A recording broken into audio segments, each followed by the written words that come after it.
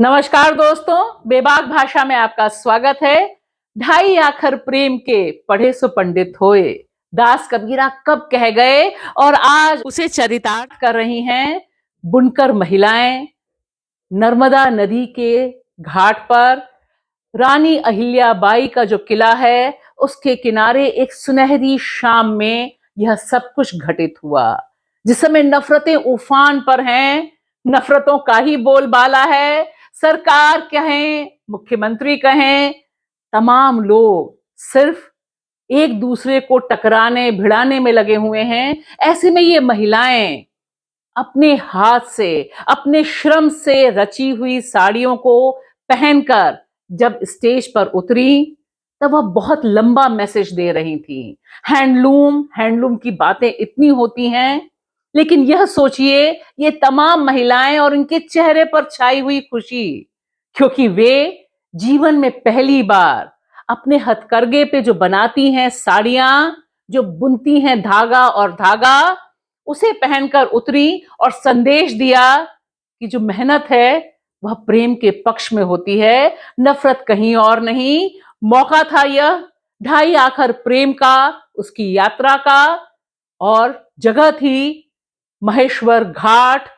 महेश्वर का वह घाट जिसके पीछे रानी अहिल्याबाई की एक साझी विरासत थी, क्योंकि उन्होंने ही मध्य प्रदेश के इस इलाके में सबसे पहले मुस्लिम बुनकरों को बुलाया था, ताकि इस इलाके में बुनकर एक नए ढंग का रोजगार शुरू करें। और महेश्वर की साड़ियों की धूम तो पूरे देश भर में है, और यह यात्रा, ढाई आखर यात्रा, अपने आप में देश में उसके ताने बाने में प्रेम और मोहब्बत का विस्तार कर रही है। आइए सुनते हैं इन महिलाओं की कहानी, इनकी ही जुबानी।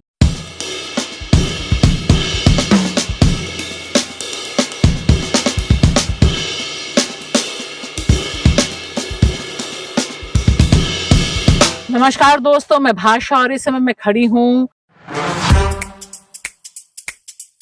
मध्य प्रदेश, उड़ीसा की राजधानी मिजोरम की धरती से, कश्मीर से, हरियाणा की जमीन में, जुहू बीच, मुंबई, हैदराबाद से।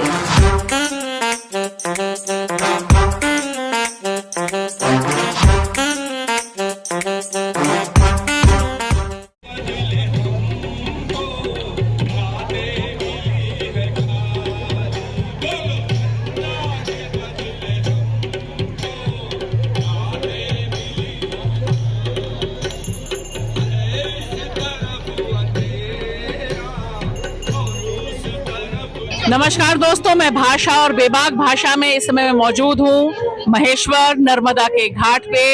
एक ऐसे फैशन शो के बारे में आपको बताने जा रही हूँ जो अपने आप में बहुत खास है। मैंने पहली बार महिला बुनकरों को अपनी बनाई हुई साड़ी के साथ रैंप पर उतरते देखा। यह मौका है NAPM की मीटिंग ढाई आखर प्रेम, उसमें जिस तरह से महिलाएं उतरी हैं, और महिलाएं अपने कपड़ों के साथ, जिन साड़ियों को उन्होंने खुद बुना, उन्हें पहनकर रैंप पर उतरी, और एक बड़ा संदेश दिया उन्होंने कि जिस तरह से जो मेहनत करता है, वही मेहनत के साथ किस तरह से स्टेज पे चमकता है। आइए जानते हैं उनके बारे में। मेरा नाम शोभा केवट है और मैं रेवा सोसाइटी के साड़ी का फैशन शो कर रहे थे। मैं मैसूर में रहती हूँ और मैं साड़ी बुनाई का काम करती हूँ। कब से कर रही हैं? मैं 30 साल से कर रही मैम। मैं 12 साल से काम कर रही हूँ। कैसे सीखा आपने, कहाँ से सीखा बुनाई का काम? मैंने ट्रेनिंग दी थी हाथ करता में, 7 महीने ट्रेनिंग दी और फिर मैं रेवा में लगी। मैं मैसूर रहती हूँ, वार्ड नंबर 15 है। अच्छा। और मैं को तो 20 साल हो गए काम करते, 20-21 साल से कर रही। मैंने यहाँ पे गवर्नमेंट सेंटर है, उसमें ट्रेनिंग ली है 6 महीने की।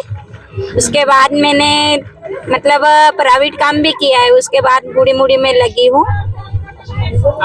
तो गुड़ी मुड़ी में खादी प्रोडक्ट्स बनता है और हम रनिंग मटेरियल बनाते हैं। मैं मैसूर में ही रहती हूँ और मैसूर में अम्बेडकर मार्ग। साड़ी का काम बुनाई का करती हूँ। कब से कर रही है? 30 साल हो गए।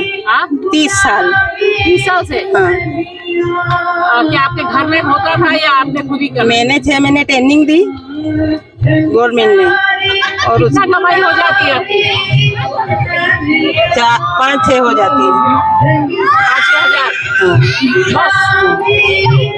काफी मेहनत पड़ती है, लेकिन मेहनत बारीक काम है, मेहनत तो मैम कर पड़ती है। साड़ी आपने पहनी है, यही आपने भी बनाई है? जी मैम, ये खासियत है कि जो मतलब लहर है, नर्मदा की लहर होती है वैसी डिजाइन है, और मतलब जो भी किले पे डिजाइन है उसी के पहनते साड़ी पे डिजाइन है।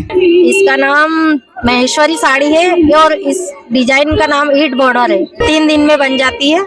ये सुबह 10 बजे से शाम 6 बजे तक काम करते हैं। ये काटन सिल्क है मैम। कॉटन सिल्क, इसकी कितनी कीमत होगी? इसकी 5,000। 5,000। 5,000 से स्टार्टिंग है साड़ी। मैं महेश्वरी साड़ी पहनी हूँ हैंडलूम की, जो मैंने मेरे हाथों से बनाई है। अच्छा, क्या कहते हैं साड़ी को? इसे कॉटन सिल्क का साड़ी कहते हैं और हैंडलूम साड़ी भी कहते हैं। अच्छा, कितनी कीमत होगी इस साड़ी की? इसकी 6,500 कीमत है। 6,500। हाँ, और ये कितने दिन में बनी होगी?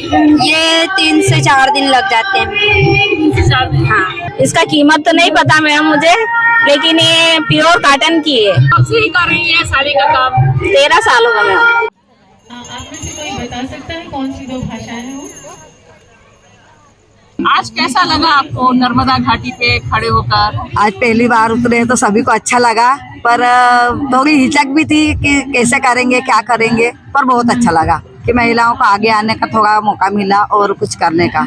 आपने कभी सोचा था कि कभी आप अपनी बनाई साड़ी के साथ स्टेज पर उतरेंगी? नो मैम, ये तो कभी भी नहीं सोचा था। एक बेटा है, बहू है, 2 पोता पोती है। तो जब सबको पता चला कि आप फैशन शो में जा रही हैं, रैंप पे उतरेंगी, फिर वो हंसते दादी को तैयार कर दो। इस साड़ी भी बड़ी अच्छी है और आपका कान का और गले का भी बड़ा मैचिंग का है। हाँ मैम, बहू छोरियों ने पिला दिया। कैसा लगा आपको अपनी साड़ी पहनकर रैंप पर उतरना? अच्छा लग रहा मैम, थोड़ी सी शर्म भी आ रही है, हमने पहना ही नहीं कभी। थोड़ा सा अजीब सी लग रहा है, क्योंकि अभी ऐसा हम कहीं पहनते नहीं है, कहीं जाते नहीं है, तो इसलिए। पहली बार उतरे, थोड़ी घबराहट भी हो रही थी, पर बहुत अच्छा लगा। हमने सोचा नहीं था कि हमें ये सब कुछ करने का मौका मिलेगा। क्या क्या तैयारी की आज के लिए आपने? हमने कुछ भी नहीं तैयारी की थी, ऐसे उतर गए, थोड़े सीख लिए। मैम ने थोड़ा सिखाया था, उस आधार पे हम थोड़े सीखे और फिर यहाँ उतर। बहुत अच्छा लगा मैम, पहली बार हमने ये कोशिश की। बहुत मजा आया, मतलब हमने सोचा भी नहीं था कि हम यहाँ तक आ जाएंगे, लेकिन घर वालों ने परमिशन दे दी थी, इसलिए हम यहाँ तक आ गए और आगे बढ़ गए। आज तक कभी अपनी बनाई साड़ी पहनी है आपने? नहीं, पहली बार अभी पहनी है। घर में लोग क्या कह रहे थे जब आपको पता चला कि आप यहाँ आएंगी? तो कुछ नहीं बोला मैडम, बोले जाओ। आपने कभी सोचा था कि आपकी वाइफ ऐसे आएंगी, आपकी पत्नी आएंगी? नहीं सर, मैम पहली बार बम्बई भी गए थे, ये ट्रेन पे भी चलने के लिए भोपाल भी गए, हाँ। सब दूर होके आए, पास होके। तो कैसा लगता है आपको? एकदम मैम अच्छा लगता है। क्या अपनी मेहनत के साथ बहुत अच्छा लगता है कि अब इस उम्र में भी थोड़ा मिला है तो आखिरी में चलो करने को, कि भाई साड़ी अपनी पहन के अपनी प्रदर्शनी कर सके, कि भाई अपन बुन रहे, मेहनत कर रहे हैं, तो अपना साड़ी का बुनाई आगे जाए, देखे सब लोग तो अच्छा लगे। आपको मजा आया? हाँ, मजा आया।